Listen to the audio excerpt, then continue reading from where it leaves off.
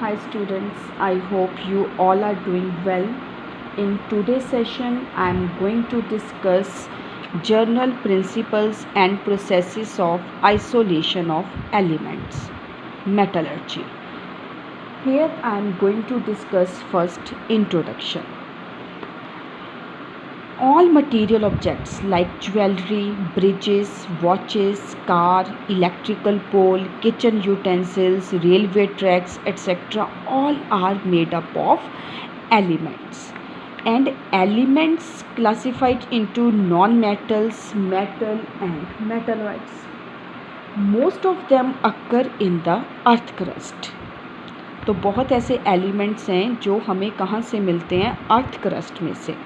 Now the metals are in native state और in combined state.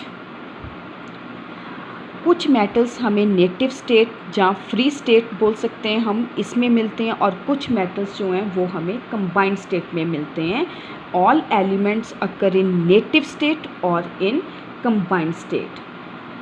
And the reason behind this is different elements possess different chemical reactivity.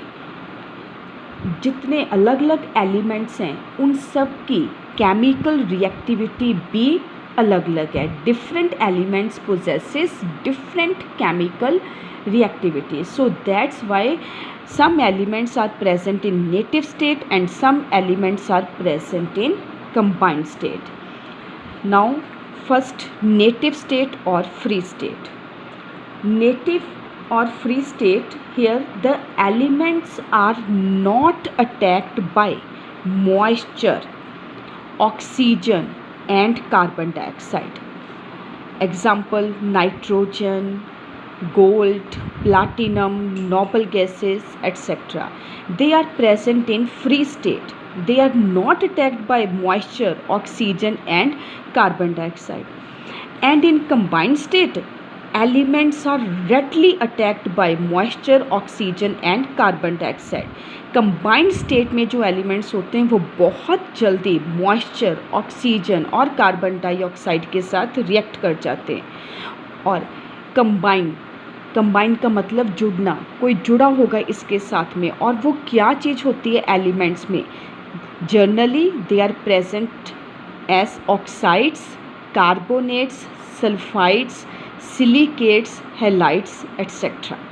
In form में elements जो हैं वो present होते हैं, इनके साथ जुड़े होते हैं. So that's why they are called as combined state. Now before start metallurgy, first of all we know about the main three terms in this chapter. Number 1 minerals, second ores and third is the gang. First is minerals. minerals क्या है? minerals जो हैं कुछ नहीं, अभी मैंने ऊपर आपको बताया कि एलिमेंट्स जो हैं वो हमें अर्थ क्रस्ट में से मिलते हैं. Elements occur in the earth crust. तो अर्थ क्रस्ट में ये रॉक की फॉर्म में होते हैं. तो मिनरल्स क्या है? रॉक है जिसमें मेटल के साथ साथ इम्प्योरिटीज़ जुड़ी होती हैं. Minerals are rock. Here the metal and impurities are present. So the exact definition of mineral is the natural substance in which metal or their compound occur in the earth crust are called as minerals.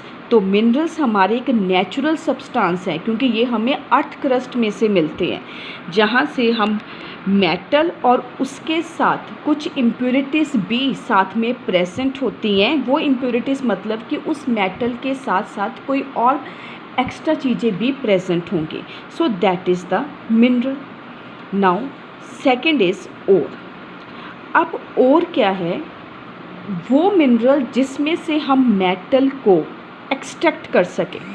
The mineral from which metal can be extracted. वो mineral जिसमें से metal को extract कर सकें, that is known as ore. But the basic difference between mineral and ore is, let us take example. For example, हमारे पास दो हमने मिनरल्स हैं.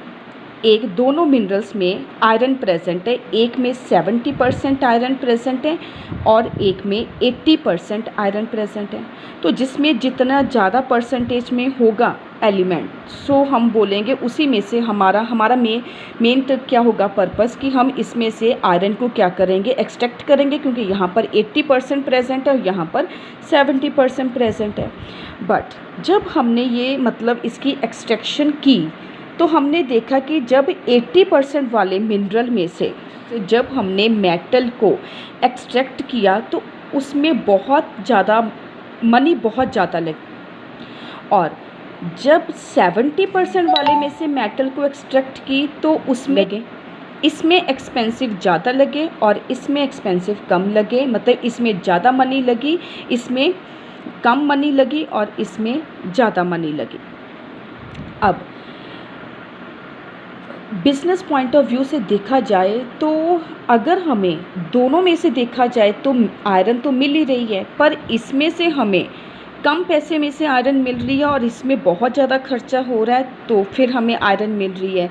सो हमारा फिर हमारी प्रायोरिटी क्या होगी कि जिसमें से कम पैसा लग रहा है हम उसी में से फिर क्या करेंगे, आयरन को एक्सट्रैक्ट करेंगे ना। है तो दोनों में प्रेजेंट है, दोनों आयरन के क्या है, मिनरल है, पर इसमें से हम बड़े इजी और चीप मेथड के साथ आयरन को क्या कर रहे हैं, एक्सट्रैक्ट कर रहे हैं। सो ये हमारा अब अगर देखा जाए तो परसेंटेज के हिसाब से नहीं हम बोल सकते कि हाँ भी वो और होगा। हम देखते हैं कि जिसमें से हम इजी और चीप मेथड के साथ मेटल को एक्सट्रैक्ट कर सकें, that is the ore. So the ore of iron is that mineral. So definition of ore is the mineral from which metal is economically and conveniently extracted is called ore. मतलब वो mineral जिसमें से metal को easy और cheap method के साथ हम extract कर पाएँ, that is the ore. Okay, we take another example, that is aluminium. अब एल्यूमिनियम जो है उसके दो मिनरल्स हैं। Aluminium occur in the earth crust and in the form of two minerals. One is bauxite and other is clay. Formula of bauxite is Al2O3.2H2O and formula of clay is Al2O3.2SiO2.2H2O. Now out of these two minerals, aluminium can be economically and conveniently extracted from bauxite and not from clay, because from clay aluminium cannot be extracted by easy and cheap method. So that's why we can extract aluminium from bauxite. So ore of aluminium is bauxite. So from above two example we say that all ores are mineral, but all minerals are not ore.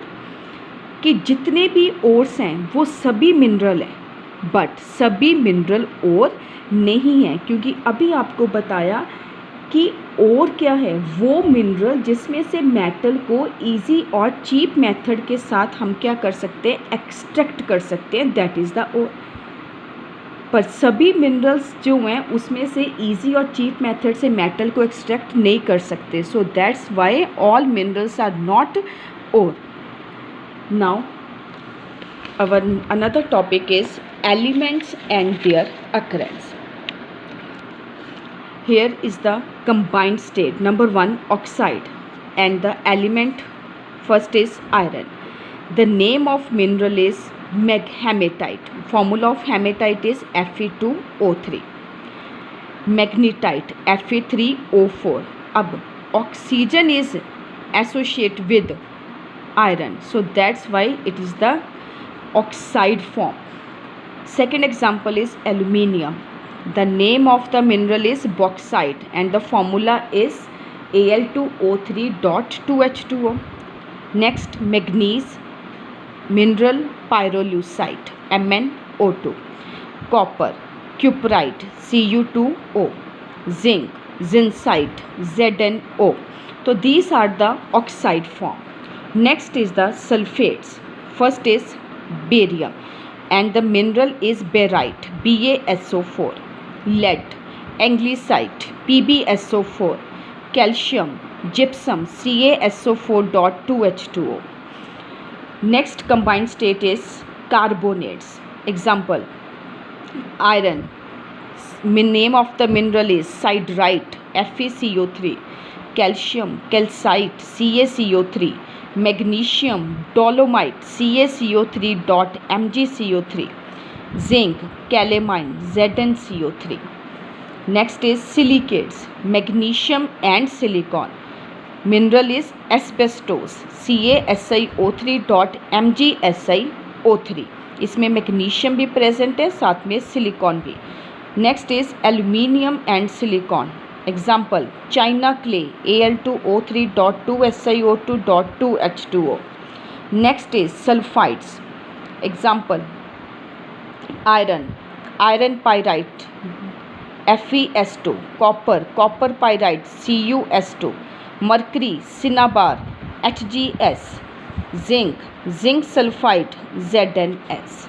So these all are the elements and their occurrence. So next we will discuss about the metallurgy in detail. So this is done with your today's class, and next we will do in our next class. Thank you. Have a wonderful day.